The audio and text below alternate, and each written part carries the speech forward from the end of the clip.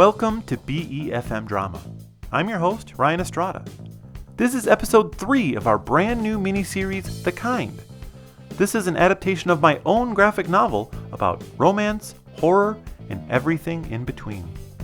Here's what's happened in our story so far. Our main characters are David and Julia. They both have big crushes on one another, but there's something pulling them apart. A mystery.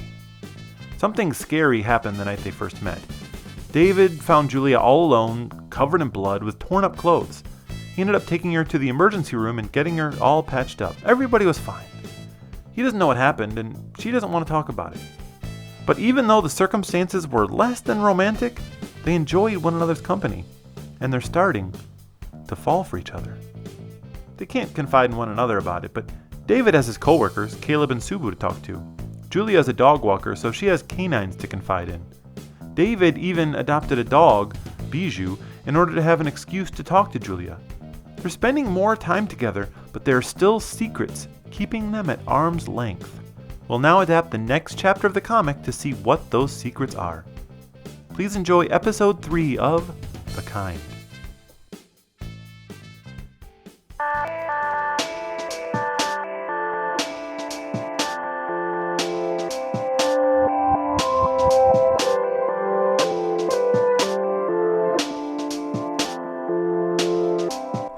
David and Julia's relationship was strained at first, but now that they've started spending time together, all bets are off. Over the course of a rom-com coming together montage, they take their dog walker-client relationship to friendship, and maybe even something more. I can't help wondering about all the mistakes I've ever made. I feel so paralyzed inside my mind with every word I say to you. Your heart is strong and eyes are drawn to dreams of invisible things, and now we both agree in things unseen. Let's dream of invisible things. As they walk away from the vet, they happily chat and laugh. That's not to say they don't still look for dog-based excuses to spend time together. The next day, David invites Julia to the pet store to help him pick out some dog toys that Bijou might like. Bijou is very excited about that. Later on, Julia suggests they go to the pet salon. Bijou is a little less enthused about that one. The day after that, when Julia comes over to walk the dogs, David is no longer uncomfortable. He's outside with his jacket on, ready to walk with them. In the dog park, David and Julia sit on opposite sides of the bench, but can't keep their eyes off one another. Bijou sits in the middle, concerned. They go shopping together for dog collars and leashes. They take dog walks in the park together. They go shopping for giant, oversized bags of dog food. The next day, on the dog park bench, they're sitting on the same side of the bench, coyly not making eye contact, but blushing. Bijou is still in the middle, but now he's squished as the lovebirds inch closer and closer. David joins her on the dog walk every single day. Days and days pass. When Julia walks up to David's house, Bijou urgently squishes his face up to the window, excitedly whining in anticipation of his daily walk with Julia. In the next window, David does the same. Now, as they walk together, they're so wrapped up in one another that they stop to chat and laugh while the dogs impatiently wait for them to start keeping up. David and Julia now sit right next to one another on the bench. There's no longer any room for Bijou at all, who's stuck sitting on the cold ground.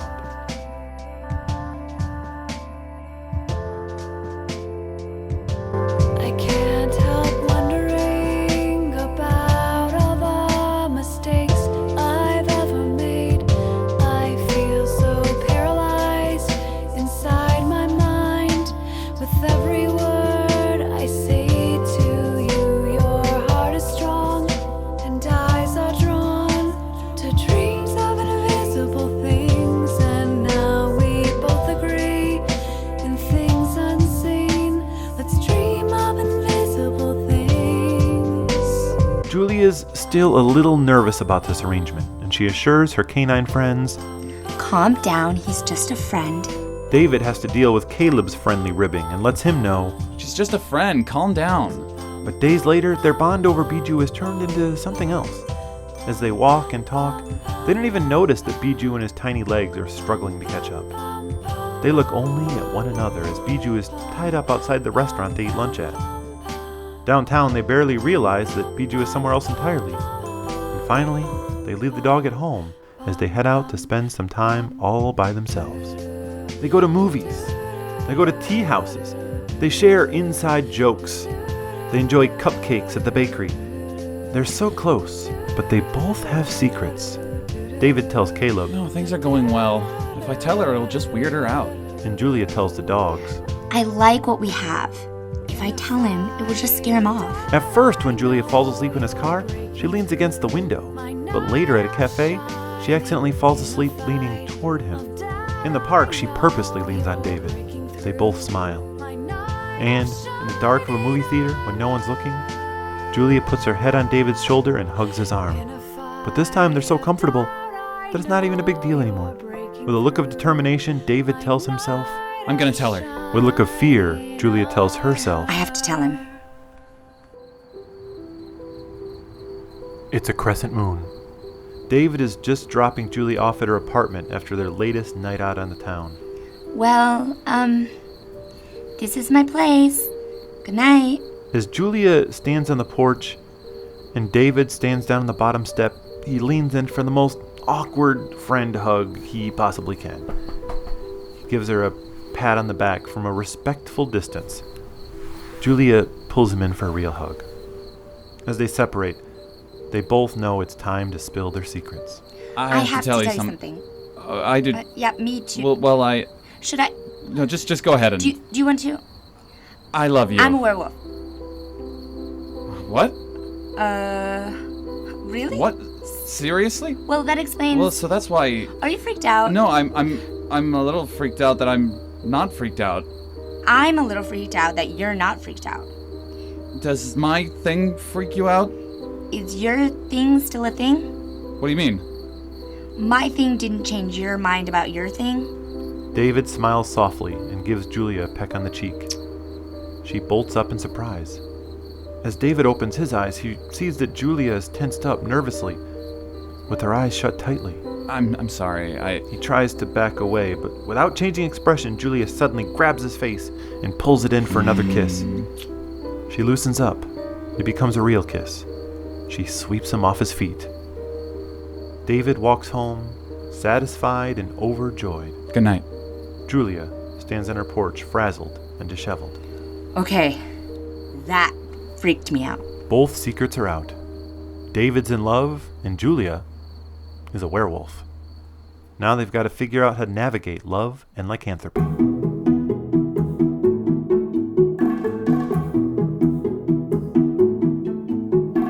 It's another day at work. But David isn't thinking about spreadsheets and quality analytics. No, he's sitting with a big, dumb, satisfied grin on his face. He just had his first kiss with the woman he loves. His coworkers notice. What did you do? Julia stands, nervous and frazzled in the middle of the sidewalk, talking to herself as the dogs look at her in confusion. What did I do? For David, this is a day of celebration. He smiles coyly as Caleb gives him an encouraging noogie. Look at you, you dog, you. Julia is spending the day worrying that she made a mistake.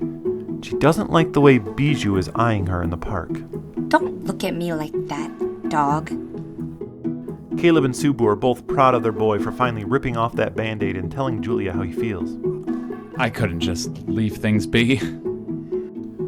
Julia's not so sure telling David her secret was such a good idea. Why couldn't I just leave things be? At the end of the workday, David is still thrilled. I can't believe I did that. But alone in her apartment, Julia is less enthused. I cannot believe I did that.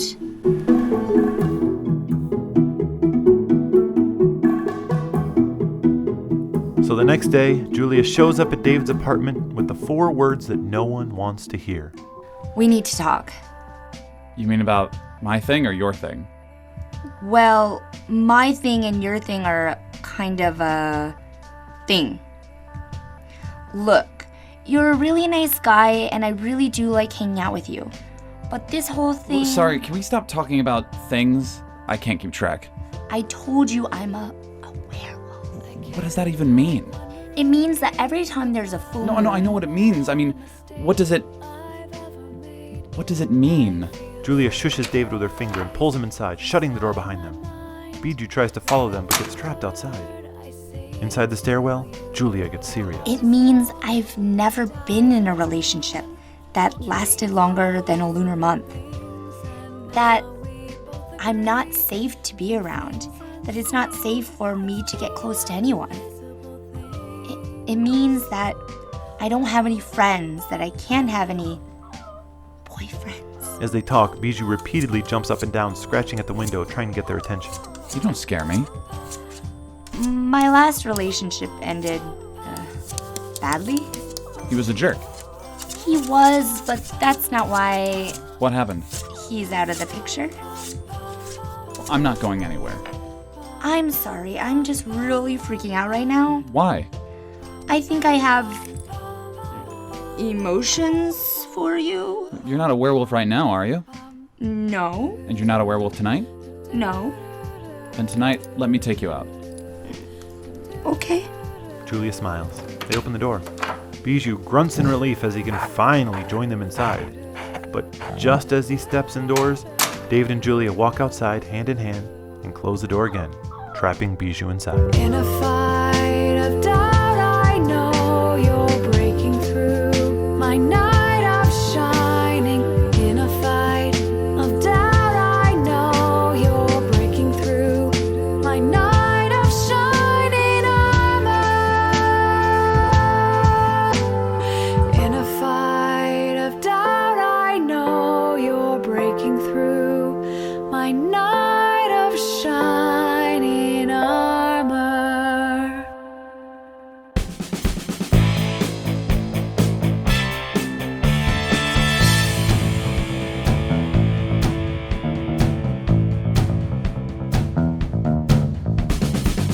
Thank you for listening to BeFM Drama. Now, David knows the secret, and so do you. Julia's a werewolf. How will this affect their relationship going forward? Tune in next time to see. This was episode 3 of The Kind, written by me, Ryan Estrada. It starred Aaron Wooktae as Julia Hobson, Michael Payne Wheeler as David Duncan, Chris Tharp as Caleb, and Abe Puri as Subu. The song Night of Shining Armor is by Silent Violet from the album Sounds of a Dirty City. I'm so happy to be able to include this song. See, around a decade ago I was planning to make The Kind as a movie. As I was scouting locations in Royal Oak, Michigan, where the story takes place, I visited the very same tea house that David and Julia visited in the montage scene in this episode. Silent Violet was there performing live and played this song, which described every feeling that Julia was having about thinking of her past mistakes, shielding herself from danger, and wearing down her defenses to be more open to human connection. I wanted to use it in the montage for the movie, but the story became a comic instead. I included a note at the end of the book that recommended people listen to the song while reading to get the full effect. And now, finally, around 10 years later, I'm able to include it exactly as I intended at the beginning. Thanks to Marianne McCarthy for the permission to use the song. Welcome to the show. Dreams Become Real and Wholesome are by Kevin McLeod of Incompetech and released under Creative Commons Attribution License. Some of Biju's puppy noises were from Zapsplat. You can also read the entire original graphic novel for free at ryanestrada.com. We'll see you next time.